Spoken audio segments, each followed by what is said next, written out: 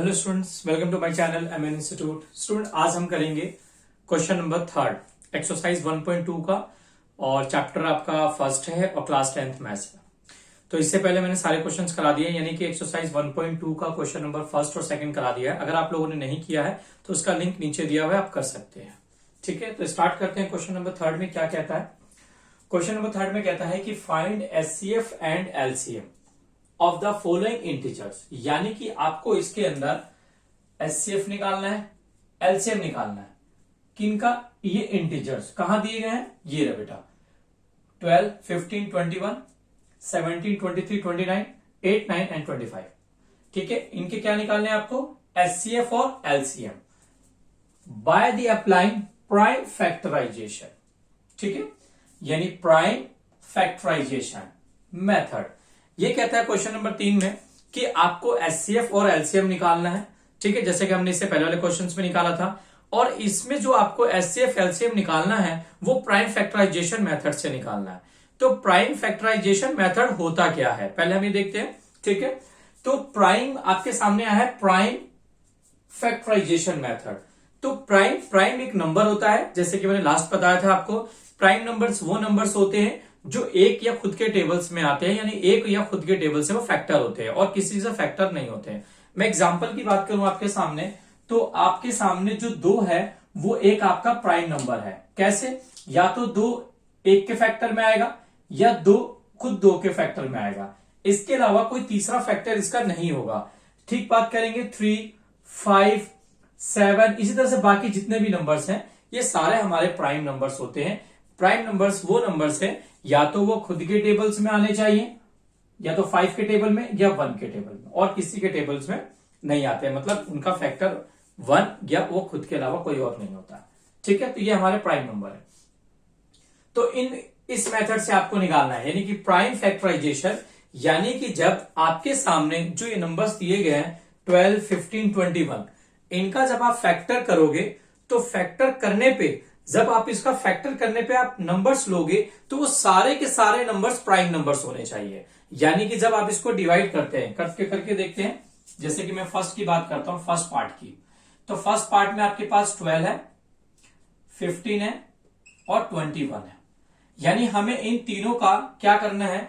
इन तीनों नंबर्स का हमें फैक्टर करना है। ठीक है, प्राइम नंबर से। जैसा कि मैंने आपको बताया अभी, प्राइम नंबर्स कौन से होते हैं?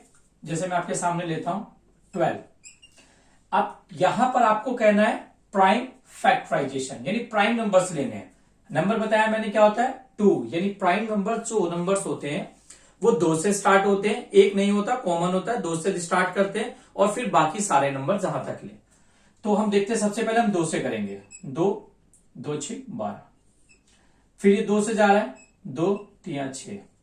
फिर ये 3 एकम 3, यानी आपके सामने जो फैक्टर आया 2 इंटू में 2 इंटू में 3। अब आपके सामने यहां पे स्टूडेंट्स फैक्टर आ रहा है 2 इंटू 2 इंटू 3, यानी आप देखेंगे तो 2 भी एक प्राइम नंबर है और 3 भी एक प्राइम नंबर है। ये सारे हमारे क्या नंबर है? Prime number. तो यानी कि ये कहता है प्राइम फैक्टराइजेशन मेथड। तो जी मैंने कर लिया यहां पे प्राइम फैक्टराइजेशन, यानी कि मैंने जब 12 का फैक्टर किया तो फैक्टर करने पे जो नंबर्स आपके सामने आए हैं वो सारे के सारे नंबर प्राइम नंबर है। जब प्राइम नंबर है तो यानी कि प्राइम फैक्टराइजेशन हुआ। ठीक है, इसी तरह से हम 15 का करके देखते हैं। 15 तो 3 के टेबल्स में, 2 के टेबल्स में 15 नहीं आता। 3 5 जा और 5 1 जा, तो आपके सामने फैक्टर आया 5 इंटू 3 कर लेते हैं। ठीक, उसके बाद आपके पास जो आ रहा है वो 21 है। तो 3 टेबल में 3 7 जा और 7 1 जा, यानी आपके पास 7 इंटू में 3 आया। तो आपने यहां पे देखा, आपने 12, 15 और 21 का जो आपने फैक्टर किया वो पूरे प्राइम फैक्टर है, यानी प्राइम फैक्टराइजेशन। जब आप प्राइम नंबर्स के फैक्टर निकालते हो तो प्राइम फैक्टराइजेशन कहलाता है आपका। अब बात होती है स्टूडेंट यहां पर कि आपको एचसीएफ निकालना है और एलसीएम निकालना है।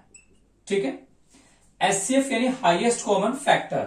हाईएस्ट कॉमन फैक्टर का मतलब होता है कि जो भी आपके सामने इंटीजर्स दिए गए हैं, लाइक 12, 15, 21, इन तीनों में हाईएस्ट यानी ज्यादा से ज्यादा कॉमन तीनों में ऐसी कौन सी संख्या है जो तीनों में अवेलेबल है, ठीक है, उसे बोलते हैं एचसीएफ। यानी आप देखेंगे इसके अंदर तो आपके पास 3 3 3, यानी ये जो 3 है आपके सामने, 3 जो है ये आपके सामने जो आया है वो कॉमन आया है। तो यानी एचसीएफ हमारा क्या हो गया यहां पे, एचसीएफ हमारा यहां पे 3 हो जाता है।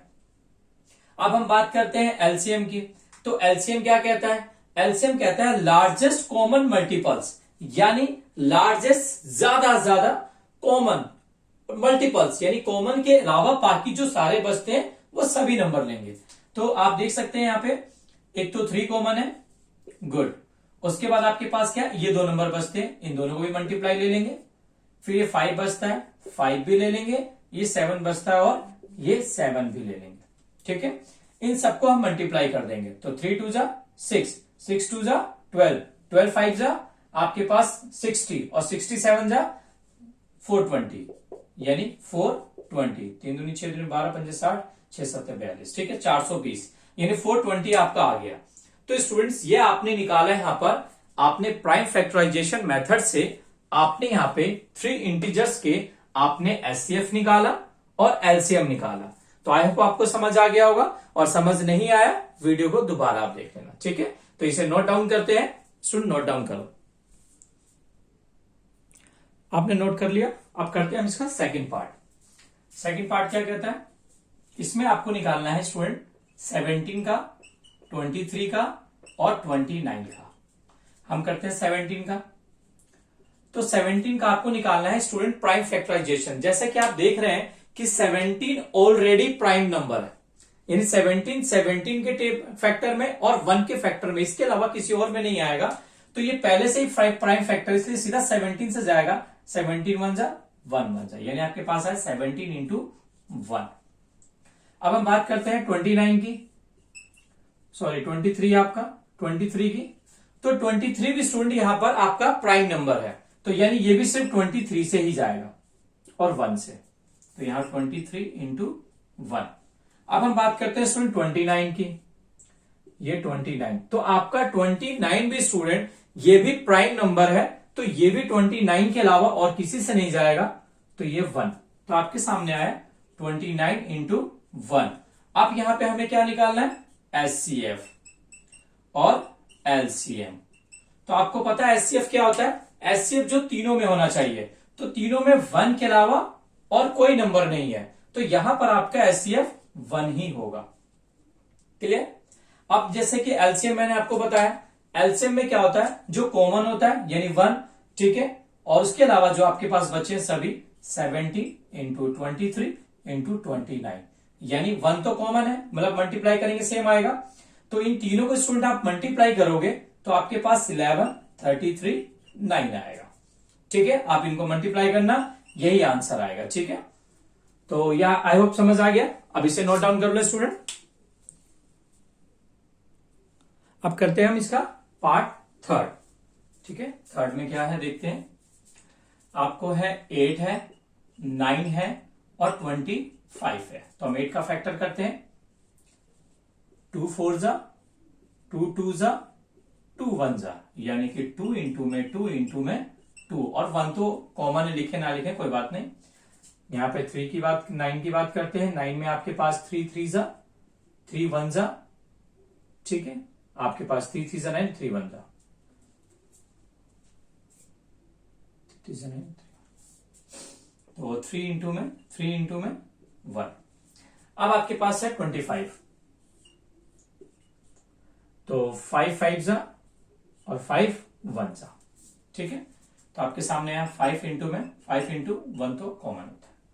तो अब यहां पे निकालना है हमें एचसीएफ और एलसीएम। आपको पता है, आप देखेंगे इसमें कॉमन देखेंगे जो तीनों में हो, एचसीएफ के लिए तीनों में होना चाहिए। तो तीनों में 2 नहीं है, 3 नहीं है, 5 नहीं है, कोई भी कॉमन नहीं है। तो लेकिन जब कुछ कॉमन नहीं होता है स्टूडेंट, तो 1 हमेशा होता है। तो यहां पर आपके पास एचसीएफ आ गया 1, ठीक है।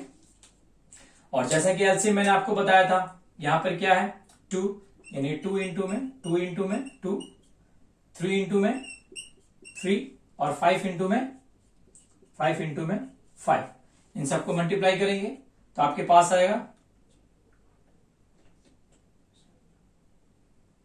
1800। ठीक है, आप इन सबको मल्टीप्लाई करना, तो मल्टीप्लाई करने पर कितना आएगा, 1800 आएगा। तो स्टूडेंट ये आपका आंसर है। तो आई होप आपको ये क्वेश्चन समझ में आ गया होगा तीसरा। ठीक है, और नहीं समझ में आया तो वीडियो को रिवर्स करके आप एक दो बार देख लेना, तो आपको अच्छे से समझ में आ जाएगा, और वीडियो पॉज करके आप इसे नोट कर लें। Thanks for watching.